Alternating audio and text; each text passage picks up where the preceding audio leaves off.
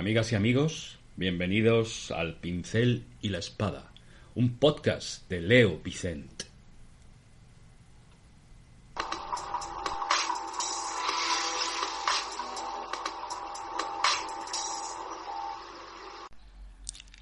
En 1986 me interné en solitario en la selva ecuatoriana, en busca de la entrada que, oculta en la espesura amazónica, da acceso a los túneles de los tallos, que supuestamente albergan el valioso legado de una civilización desconocida. Desde entonces guardé silencio sobre lo que allí averigüé, por haberlo pactado así con los celadores visibles de aquel mundo subterráneo.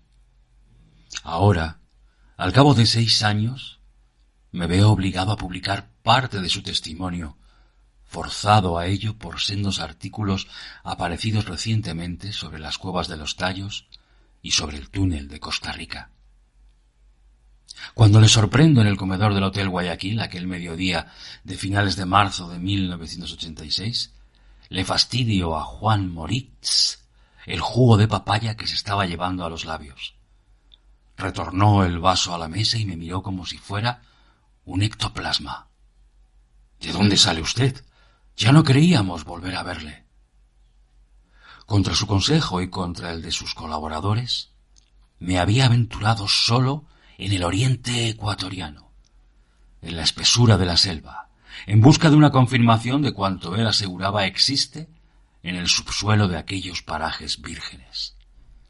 Dado que no logré que me acompañara al lugar de su extraordinaria experiencia, decidí ir solo. Intentó disuadirme durante muchos días, para acabar brindándome una cena de despedida para alguien al que no se le va a volver a ver. Entrar solo en la selva supone la muerte. De allí no sales si no la conoces bien. Ahora que había regresado y que le demostré hasta dónde había llegado, su actitud cambió por completo. Me abrió su pequeño museo junto a la sede de la empresa minera Cumbaratza y de la empresa minera del sur en Guayaquil. Me mostró parte de su oro, sus fotografías del interior de los túneles, y me obsequió con un plano de los mismos. Es usted el primer extranjero que ha tenido el arrojo de ir solo hasta las cuevas. Otros lo han intentado, pero nunca nadie había ido solo. Ha crecido enormemente mi respeto por usted, por lo que la próxima vez que venga, le prometo acompañarle a la selva. Solamente le pido a cambio que no publique absolutamente nada de lo que ha visto ni de lo que le he estado explicando. No hacía falta que insistiera en ello. Conozco bien las reglas y sé respetarlas, por ética y por propia seguridad, pues queda mucho camino por recorrer. Mi nombre es Andreas Faber-Kaiser, escritor, periodista, viajero.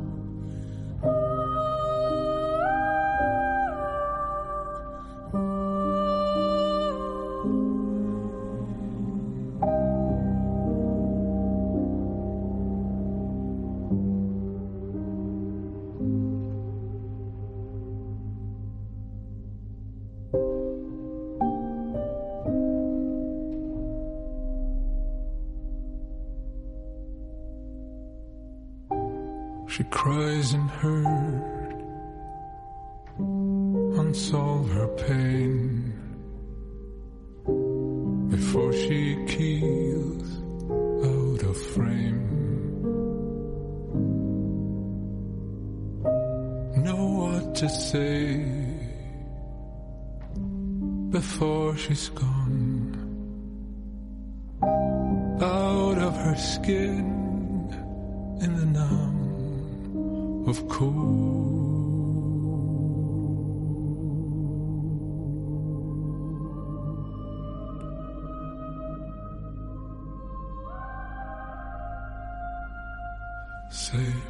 Save her world, save her world.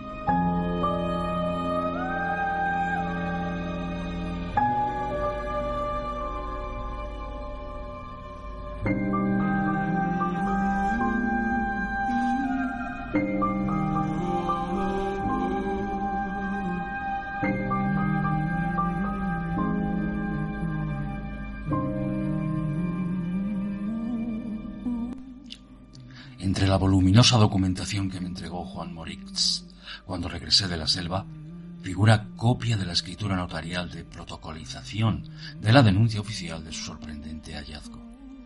La presentó hace casi 20 años al Ministerio de Finanzas y por su intermedio al presidente de la República del Ecuador para dejar constancia de la exactitud de sus afirmaciones. Este es un extracto de esta escritura notarial.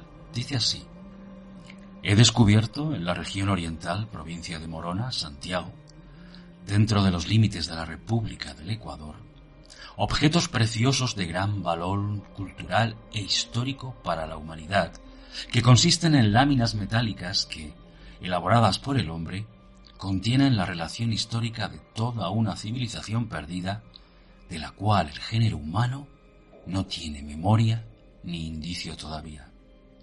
Tales objetos se encuentran agrupados dentro de variadas y distintas cuevas, siendo de diversas clases en cada una de ellas.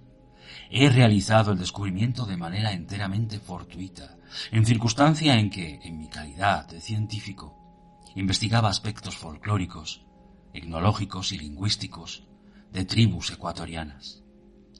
Los objetos por mí descubiertos tienen las características siguientes, las cuales he podido constatar personalmente. 1. Objetos de piedra y metal en distintos tamaños, formas y colores. 2. Láminas de metal grabadas con signos y escritura ideográfica, verdadera biblioteca metálica que contiene la relación cronológica de la historia de la humanidad, el origen del hombre sobre la Tierra y los conocimientos científicos de una civilización extinguida. Más adelante, y siempre dentro de la misma escritura notarial, Moritz no se anda con rodeos ni tapujos cuando se dirige al presidente de la República. Le dice así: pido a usted se digne nombrar una comisión nacional de control y de supervisión, a fin de dar a conocer a sus integrantes el lugar exacto en que se encuentran las variadas cuevas y cavernas que contienen los objetos descubiertos. Dejo constancia de que me reservo el derecho de, posteriormente, presentar, ante quien usted determine, fotografías, películas e incluso muestras originales que sirvan para ampliar la descripción e identificar claramente la forma, tamaño, disposición y calidad de los objetos por mí descubiertos. Dejo constancia, además, de que en uso de mi derecho de dominio sobre la parte que me corresponde en el hallazgo en conformidad con la ley, me reservo el derecho de proceder al señalamiento y ubicación exactos del lugar donde los objetos se encuentran una vez que se haya designado oficialmente la comisión que solicito, y ésta se halle reunida e integrada con los científicos, investigadores y observadores que yo, por mi parte, designe en salvaguardia de mis derechos. El 23 de julio de 1969 se firmó en Guayaquil un documento que comenzaba así.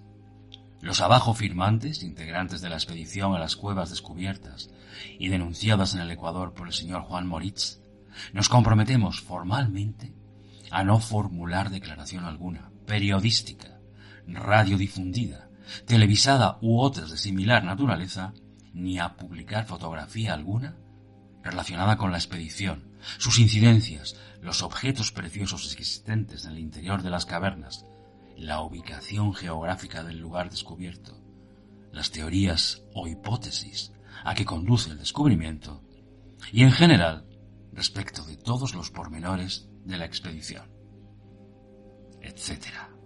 De hecho, yo podría haber publicado un libro sobre mi viaje a los Tallos, Tayuwari, en el idioma de los nativos, tan pronto como regresé a Barcelona en la primavera del 86. Pero no me parecía ético. Prefería seguir buscando en esta dirección, como en tantas otras, en silencio. Prefería la postura del propio Moritz cuando le pregunté qué pasaría si él moría antes de poder dar al mundo el mensaje que se había traído del interior de las cuevas. No pasaría nada, me dijo. Entonces no habré sido yo el elegido para dar este mensaje. Pero apareció recientemente un artículo sobre los tallos, firmado por alguien que nunca estuvo cerca de los mismos, ni mucho menos al borde de su entrada. Valga decir aquí, de paso, que tampoco Erich von Däniken estuvo jamás en la selva que encierra estas cuevas. Un mes después de este reportaje apareció un artículo sobre el túnel del Templo de la Luna, al que descendí con Juan José Benítez en Costa Rica en octubre de 1985. Honestamente, creo que no era el momento, todavía, de publicar nada sobre ninguno de los dos túneles. En el caso de los tallos, me obligan a publicar parte de mi propio testimonio en apoyo de sus mismas afirmaciones. En todo caso, lo que puedo contar aquí es que apenas media hora antes de partir, Juan Moritz pareció compadecerse de mí y me dio unos cuantos consejos prácticos. La mejor ruta que podía tomar, los contactos que debía localizar en el trayecto y cómo protegerme de las serpientes. Me dijo que embadurnase de ajo los extremos de mi hamaca, ya que este olor las repele, y que depositase algo más lejos potes de leche caliente, cuyo olor, en cambio, las atrae de forma casi encantada, mágica. Pero yo no me fié de los consejos de quien me había dejado plantado y había hecho lo imposible por distraerme de mi objetivo principal. Así que cambié toda mi estrategia y mi ruta, y prescindiendo de los contactos de Moritz, averigüé sobre la marcha que no eran en absoluto recomendables. A partir de entonces todo sería improvisado, y me dejé guiar por mi intuición. En Cuenca, ya solo, localizo por fin unas minúsculas bolitas de cloro que se utilizan para el agua de las piscinas. Me llevo una bolsa para purificar con ellas, en mis dos cantimploras, el agua de los arroyos que beberé. También me compro un machete de grandes dimensiones, única arma que finalmente portaré a la selva, además de mi cuchillo de supervivencia, que ya traía de Barcelona.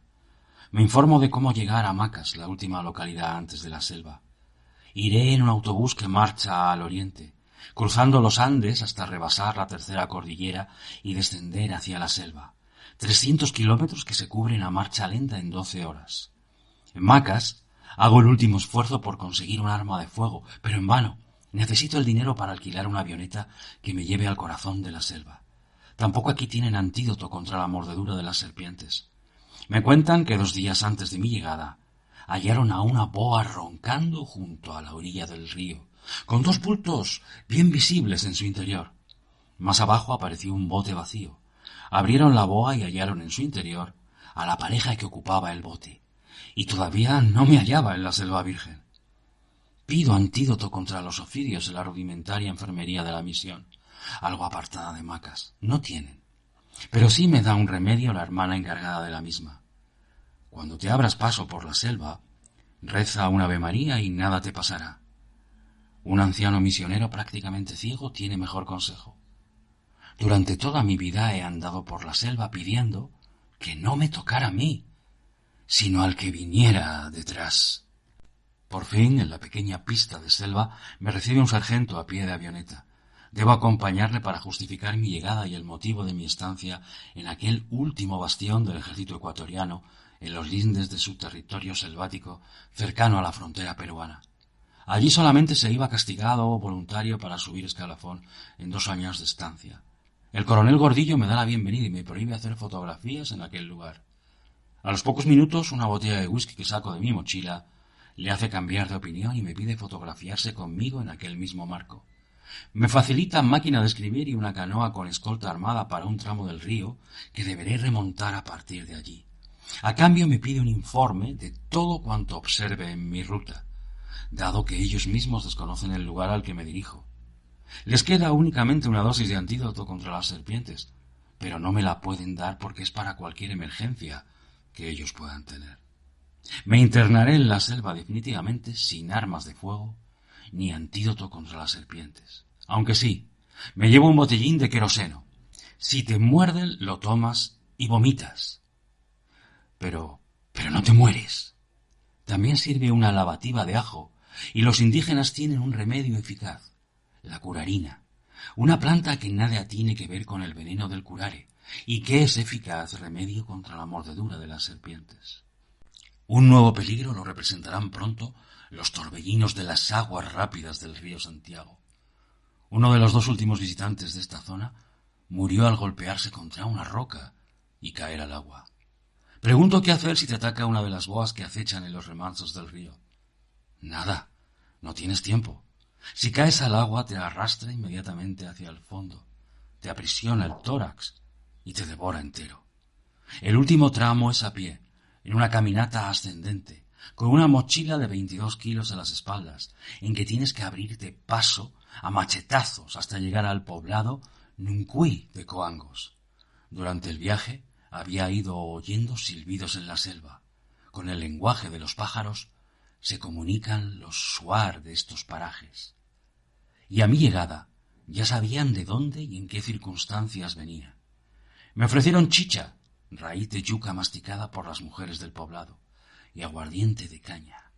Al cabo de un rato me comunican que no puedo entrar en ninguna ajea, cabaña, ni salir del poblado. Soy su prisionero, hasta que se aclare quién soy y para qué he venido.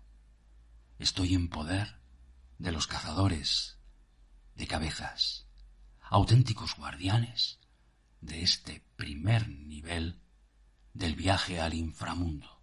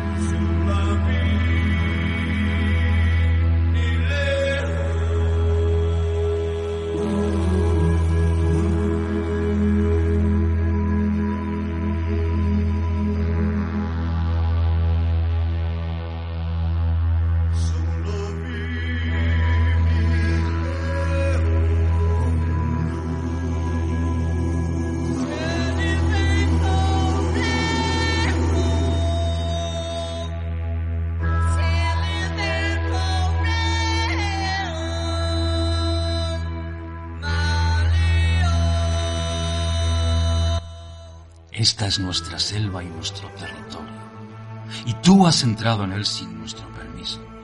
Si fueras portador de un permiso nuestro, la costumbre de nuestro pueblo nos obligaría a protegerte mientras estés aquí, y nos obligaría a acompañarte hasta que volvieras a salir de nuestra selva con vida, aunque en ello muriera alguno de los nuestros. Pero dado que has entrado en nuestro territorio sin avisarnos de tu llegada, debes saber que si mañana desapareces en estos parajes, si te matamos esta noche, nadie se va a enterar nunca de ello. Nadie conocería tu paradero, ni podría venir en tu ayuda.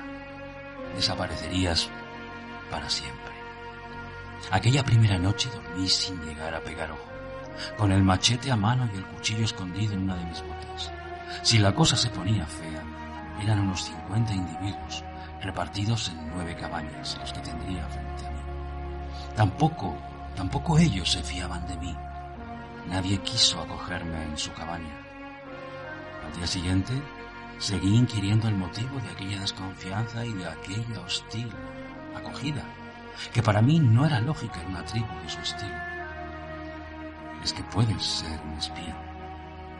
Me acordé de repente de que el gobernador me había advertido de que no me adentrara solo en aquella zona de la selva, dado que los jíbaros suaras estaban en guerra entre sí, entre sus tribus.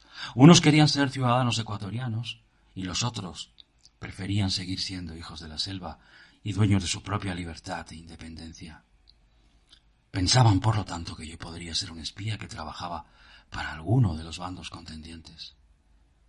Cuando insistí en que no tenían nada que ver en esta lucha, acabaron por confesarme. También puedes haber venido para espiar las piedras. Aquello ya me intrigó muchísimo más. ¿Espiar las piedras? Sí. Puedes haber venido para espiar las piedras que constituyen la razón de nuestra existencia aquí. Le dije que sí, que ese era precisamente el motivo de mi viaje. Al final, me dejaron seguir adelante. Me acompañaron además hasta la boca de la entrada del Tallo Wari, la gran boca negra en la que anidan los tallos, pájaros sagrados ciegos que guardan en la tradición el acceso al mundo subterráneo. De regreso hicimos un alto en el río que separa la boca de la cueva del poblado en el que vivía. De repente me dijo uno de ellos: «La otra entrada que buscas está frente a ti. Mira atentamente. Nunca podrás penetrar en ella, pues la guardan las boas». De acuerdo con los relatos que personalmente me hicieran János Moritz y su compañero Zoltán en Guayaquil y en Villacamba, y de acuerdo también con los relatos que escuché en la selva de boca de los transmisores de los conocimientos antiguos de su tribu, entre ellos los jíbaros o aras, Wamputzar y Queyacay, Guayaray, Nuncuig, así como Venancio, que me abordó mientras estaba solo en el riachuelo de la selva, lavando mi ropa. Relatos que en lo esencial coinciden con los recogidos de boca de Moritz por Salvador Freixidó y por el matrimonio Marie-Thérèse Guinchard y Pierre Palantoni. El interior de Tayuguari alberga lo siguiente.